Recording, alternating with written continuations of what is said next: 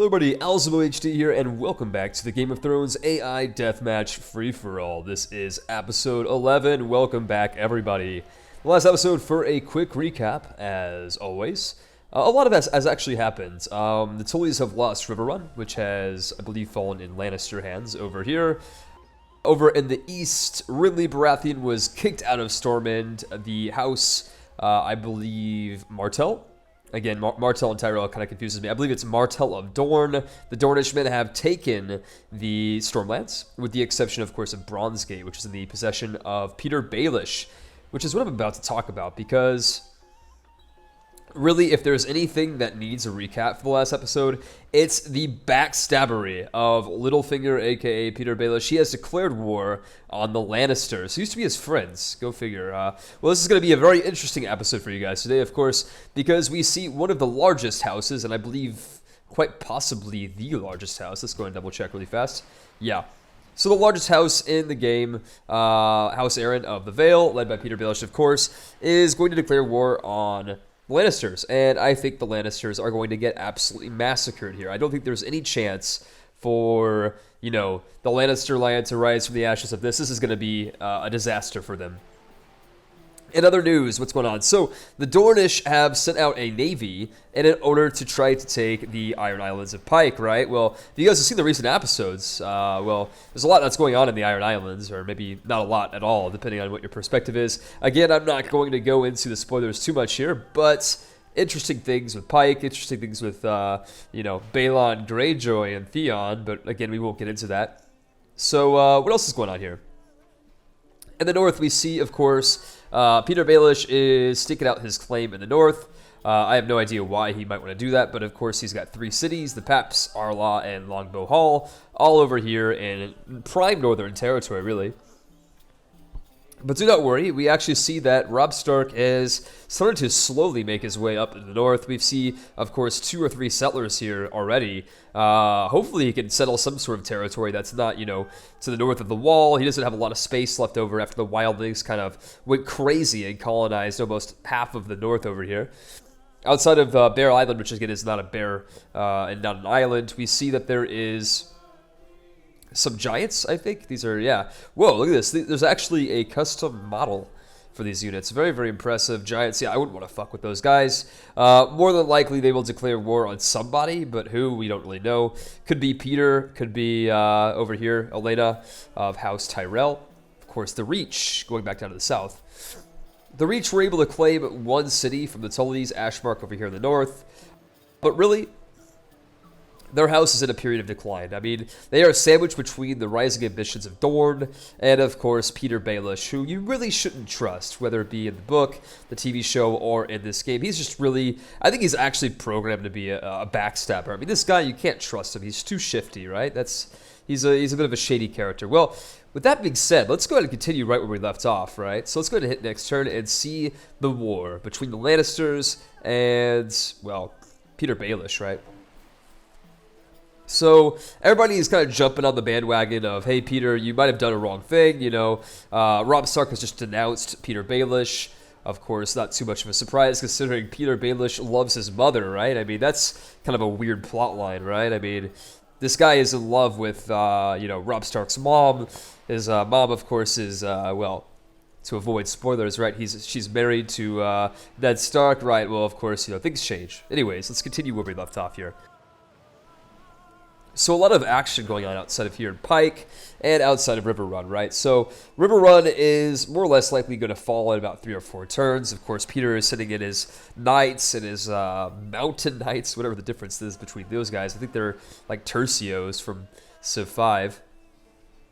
Over here outside of Pike, it looks like the Iron Islanders have been able to hold off the Dornish invasion thus far. I have no idea why, but Dorne is kind of slow when it comes to sitting out their, you know, cavalry here.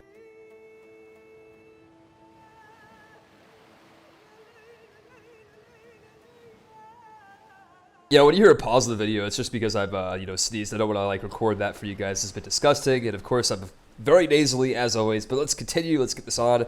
I have been sick the past week. That is why there are no video uploads. I do apologize.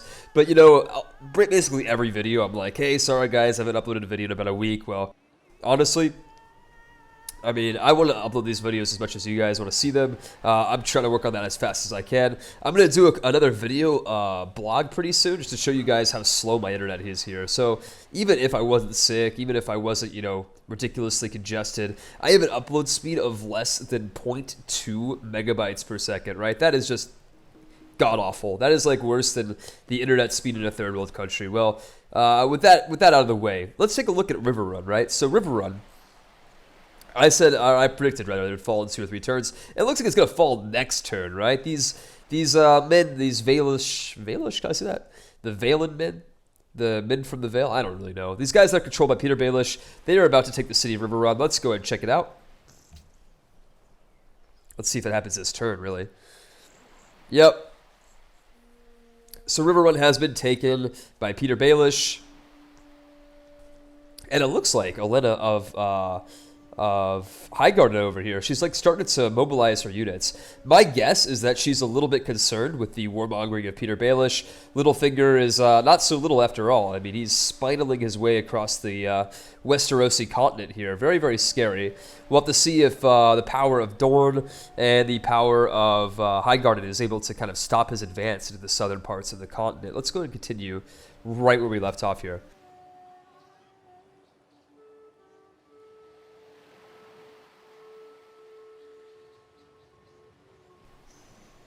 Again, editing out that sneeze. Oof.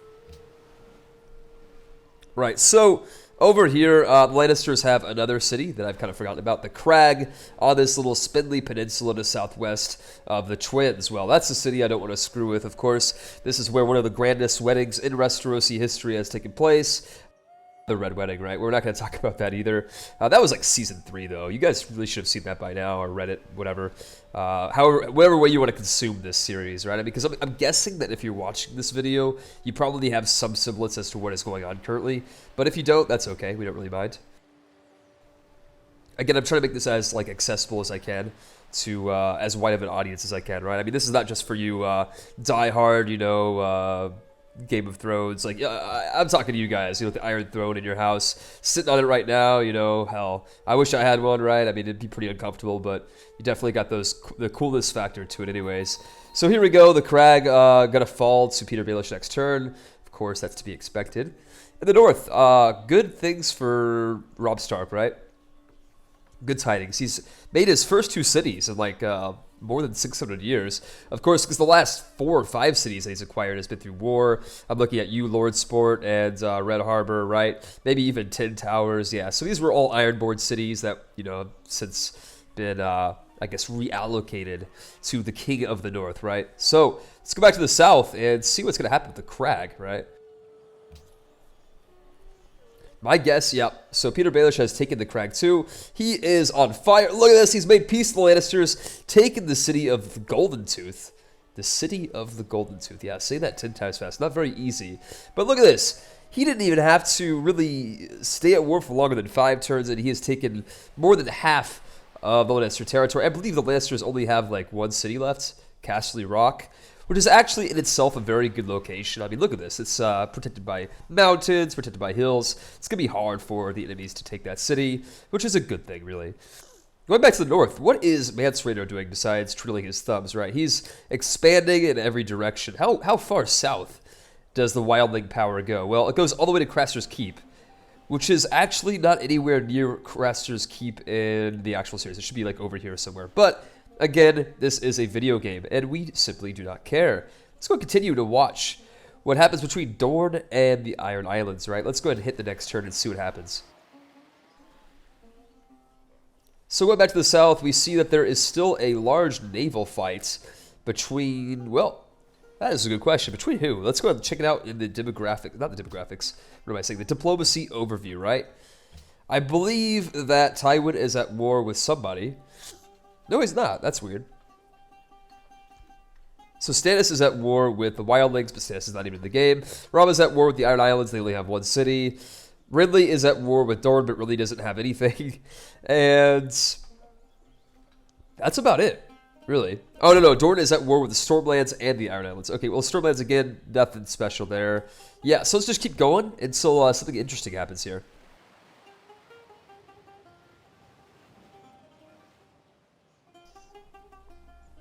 And speaking of interesting, look at this. I mean, like, there's so many caravels, or sorry, Dromon, I misspoke. I see this icon, right, and I played so much Civilization, I'm just like, oh, this is a caravel. No, it's not, it's a Dromon. This mod replaces absolutely everything in this game, and if you guys are interested in downloading this really, really cool overhaul mod, I will put it in the About section of this video, and I believe it's in most of the About sections of this playlist anyways, so check it out, it's really cool.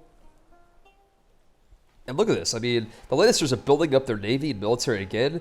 For what purpose, I don't know, but maybe to attack Pike. I mean, if you look at this, the Ironborn have basically nothing, right? I mean, they are basically a very small fish in a very large pond. They're about to get screwed up, but we'll see by who.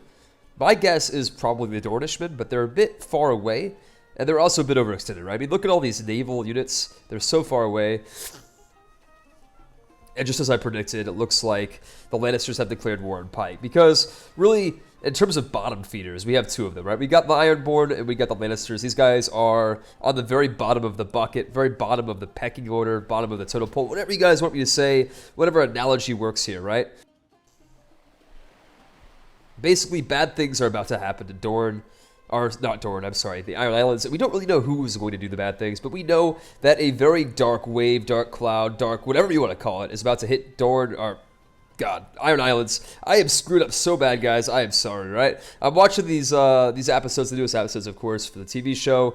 But again, you know, these names get confusing. I know that George R. R. Martin based his entire series and most of the names of the families off of the War of the Roses, I believe, in England. So, of course, these names are going to be similar. But, geez, it's a bit confusing. Over here, big news, right?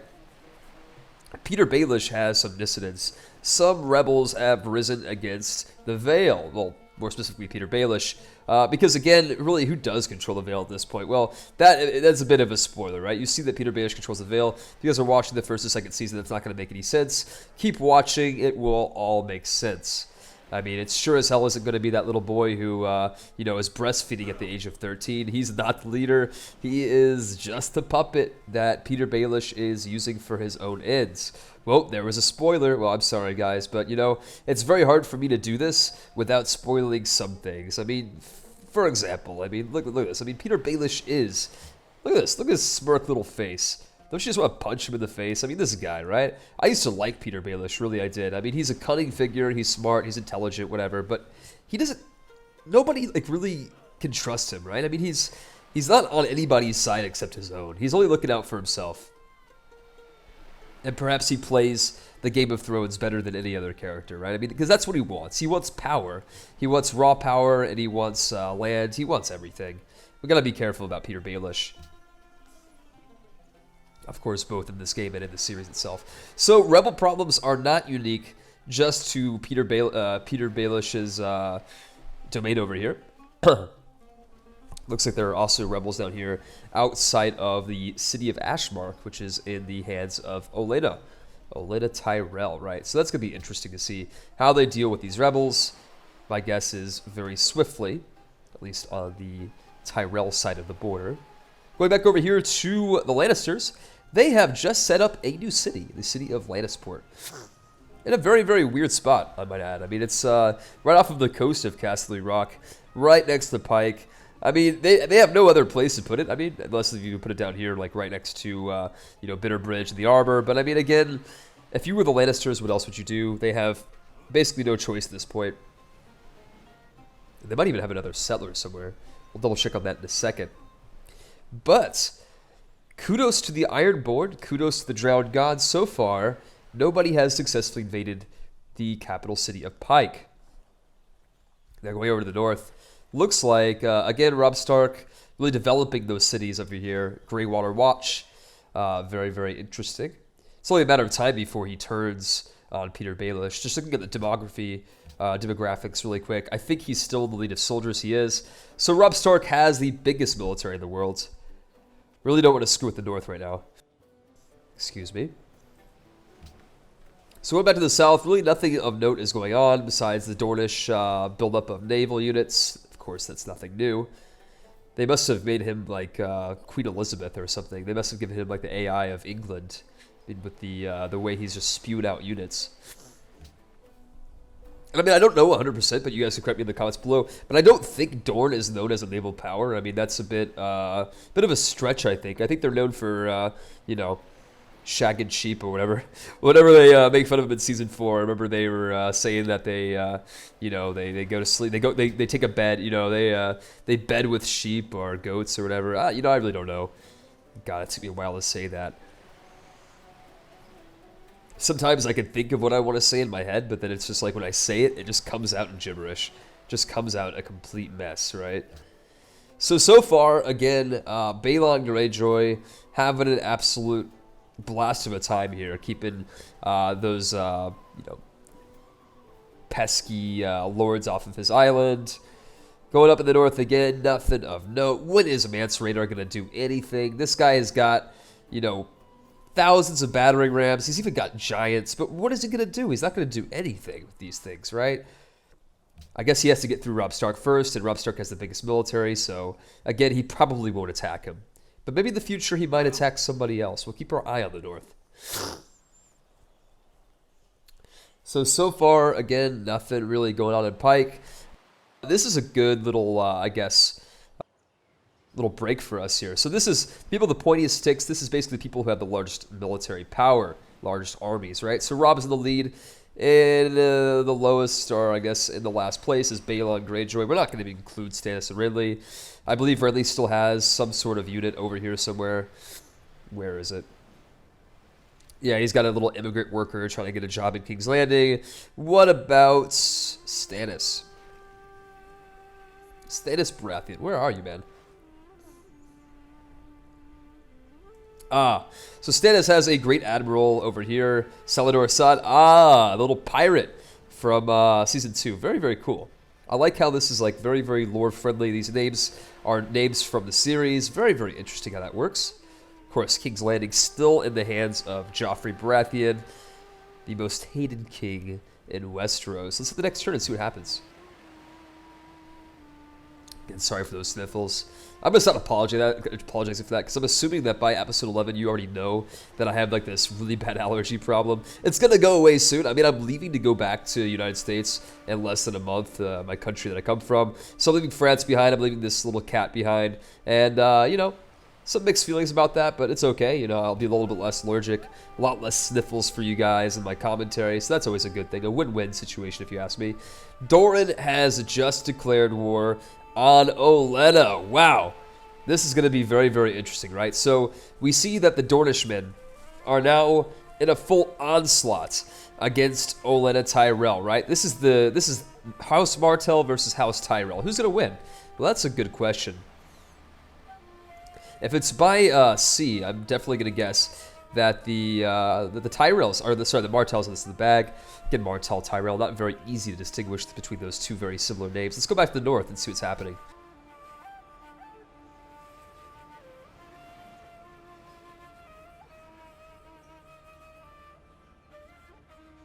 So going back over here, it looks like so far there is a war of attrition between the two borders here. Looks like there's a bit of like a trench warfare, really, about, you know, I don't know, 40 so years later than in real life. Of course, these years mean nothing. This is in, you know, Westeros. This is not in real life. So 1958, you know, we're not seeing any robots. We're not seeing any, well, robots, what the hell am I saying? We're not seeing any, like, biplanes or tanks, right? This is Westeros, so that's good. I'm glad the technology is capped out, make it a little bit more interesting.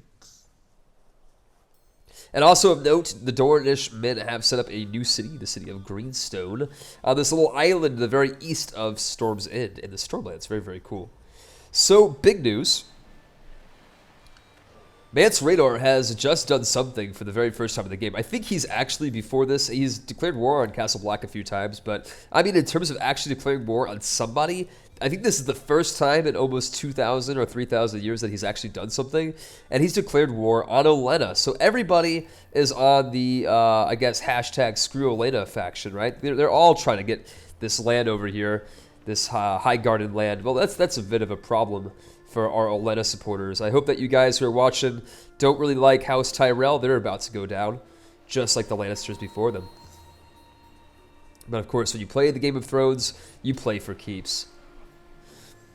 So far, Dorne is making a very large offensive just to the southwest of Highgarden.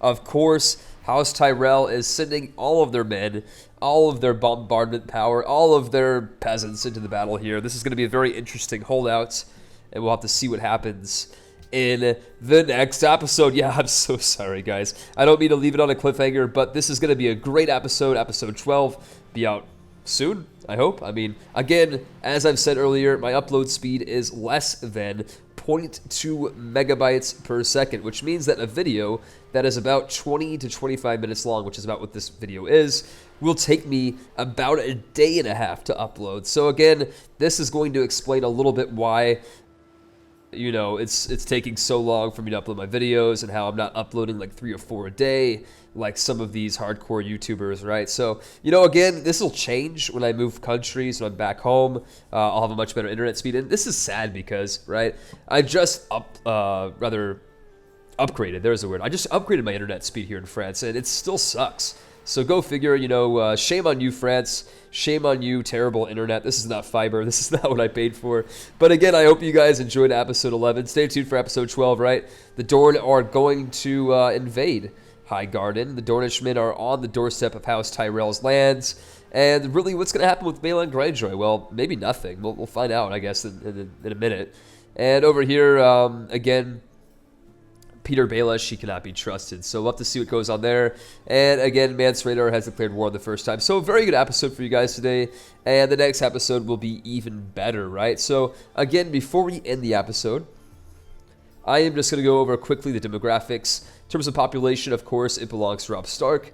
Crop yield belongs to Peter Baelish, and he also has the largest domain so far. But in terms of industry, the Dornishmen are actually the most industrious. Very, very cool. They have 164 million tons of manufactured goods. Very, very cool. But on the flip side of that, GNP or GDP, whatever, gross national product, looks like the North is at the lead. I never thought that the North was that industrious, but, you know, again, this is a video game. We don't really care. Approval. Everybody likes Ridley Baratheon, even though he doesn't have his own kingdom. I guess that's why they like him so much, right? He doesn't have anybody to tax or to rule over. Literacy belongs to Balon Greyjoy, right? Because what screams more literate than just a bunch of, you know, illiterates, Ironborn who have nothing to do except rape and pillage, right? These guys are the most learned men in Westeros, right? Well, that doesn't make any sense. But again, nothing makes sense in the Game of Thrones, and I hope you guys enjoyed this episode. I'll see you guys in the next one. Take care.